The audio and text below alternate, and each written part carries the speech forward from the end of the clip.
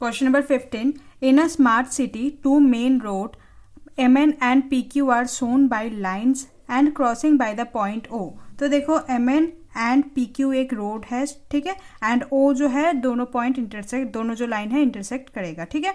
आगे देखो, on one side of the point O, OAB is a beautiful lake. So OA and B जो है एक beautiful lake है, सो यहाँ पर बी होगा। सो OAB जो है एक ब्यूटीफुल लेक है।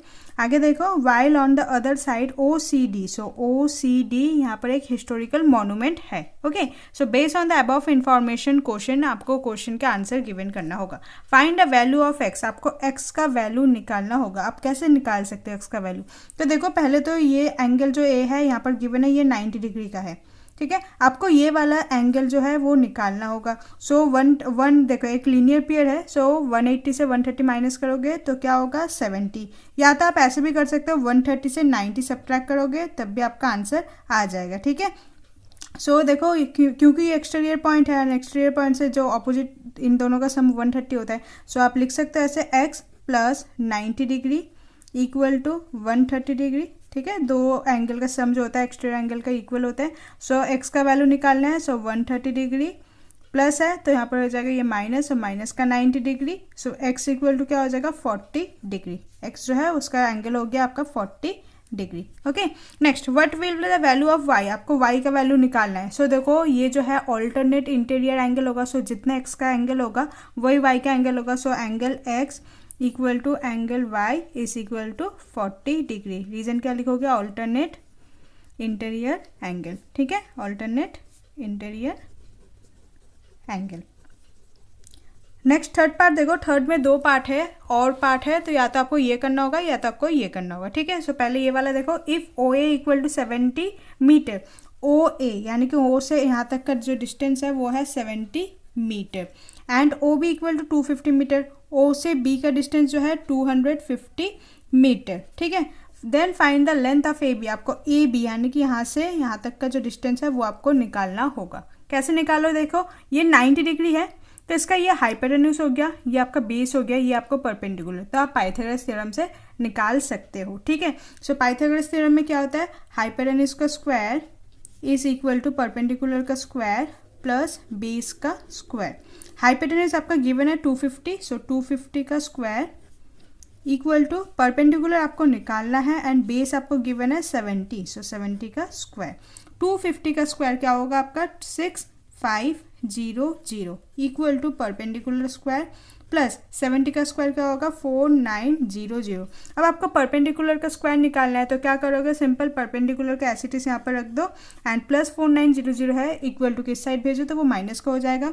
सो 6500 माइनस 4900, सो 6500 माइनस 4900 क्या हो जाएगा आपका 1600 इक्वल टू परपेंडिकुलर का स्क्वायर, ठीक है। आगे स्टेप इधर है, आगे देखो स्क्वायर इधर है तो इधर आके रूट बन जाएगा। So P equal to root over में 1600 एंड 1600 किसका रूट होता है 400 का, तो क्या हो 40 का होगा।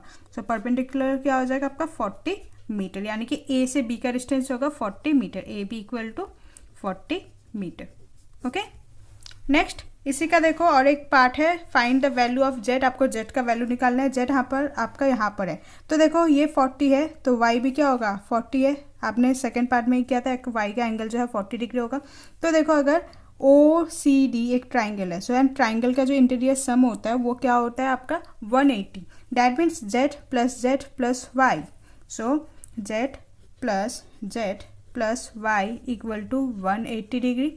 y का वैल्यू तो आपको पता चल गया 40 डिग्री है तो y की जगह 40 लिख दो एंड z प्लस z क्या हो जाएगा 2z plus equal to 180 degree, ठीक है। 2z इक्वल टू 180 डिग्री, 40 इधर आएगा तो सब्ट्रैक्ट हो जाएगा 40, 180 से 40 सब्ट्रैक्ट करोगे तो क्या हो जाएगा 140 degree. So 2z equal to 140 degree, z के साथ 2 मल्टीप्लाई में है तो डिवाइड हो जाएगा। So z equal to 140 degree by 2, simplify कर दो which is 70 degree. So angle Z क्या हो जाएगा 70 degree. Okay, next question number 16, Saurabh is a health conscious student. Saurabh जो है अपने हेल्थ कॉन्शियस है बहुत। ही wakes up early and goes daily to a nearby circular park for exercise. वो रोज से सुबह सुबह उठ के अर्ली मॉर्निंग देन वो सर्कुलर पार्क में एक्सरसाइज करने के लिए जाता है। A footpath A B is in the middle of the park divides it into 2 equal parts. तो देखो ए बी जो है कि एक फुटपाथ है, तो ये जो सर्कल के एक तरह से आप बोल सकते हो इसका डिवाइडर है, यानी कि ए सी बी एक सेमी सर्कल होगा एंड ए जो बी यहाँ पर जो नीचे वाला है ये एक सेमी सर्कल है। ठीक है, नेक्स्ट देखो, the length of footpath is 140 meter, यानी कि ए से बी यहाँ से यहाँ तक का जो डिस्टेंस है 140 मीटर है। तो एक तरह से ए बी जो है ये आपका डायमीटर है। आगे देखो, based on the above information given के हिसाब से आपको कुछ क्वेश्चंस गिवन है, उसका आंसर आपको देना होगा। फर्स्ट पार्ट है find the radius of the park. तो अगर देखो ए बी अगर उसका डायमीटर है तो रेडियस क्या होगा, उसी का हाफ होगा। So diameter is given 140 meter and radius निकालने के लिए क्या करता है, radius is equal to diameter divided by 2। So diameter आपका 140 है, 140 डिवाइडेड बाई 2 सिंप्लीफाई कर दो which is 70 meter. So radius क्या हो जाएगा आपका 70 meter. Okay, next second part, Saurabh complete 2 rounds of the park. Saurabh जो है पार्क के 2 राउंड कंप्लीट करेगा while jogging. Calculate the distance covered by Saurabh while jogging. तो कितना डिस्टेंस वो ट्रैवल करेगा। सो देखो पाथ यानी कि वो सर्कुलर पाथ में ऐसे घूमेगा तो उसका सर्कमफेरेंस हमें चाहिए। तो सर्कमफेरेंस ऑफ सर्कल क्या होता है 2 पाई आर एंड वो कितना राउंड लगाएगा 2 राउंड। सो 2 मल्टीप्लाई में सर्कमफेरेंस ऑफ सर्कल। ठीक है, सो सर्कमफेरेंस। नेक्स्ट देखो 2 राउंड है, सो 2 मल्टीप्लाई सर्कमफेरेंस का फॉर्मूला होता है 2 पाई आर। आर यानी कि रेडियस, पाई का वैल्यू आप 3.14 भी लिख सकते हो या 22/7 भी ले सकते हो।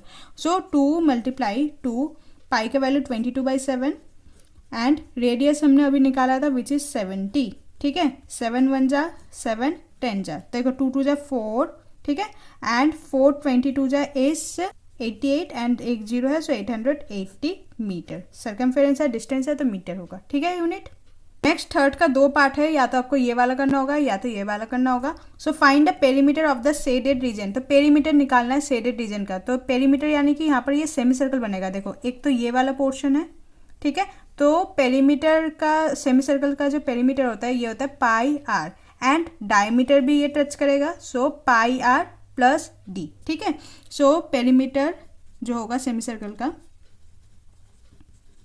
Perimeter of semi circle is equal to pi r plus d यानी कि ये डायमीटर। ठीक है, पाई का वैल्यू क्या होगा देखो 22/7, रेडियस आपका क्या है 70 मीटर।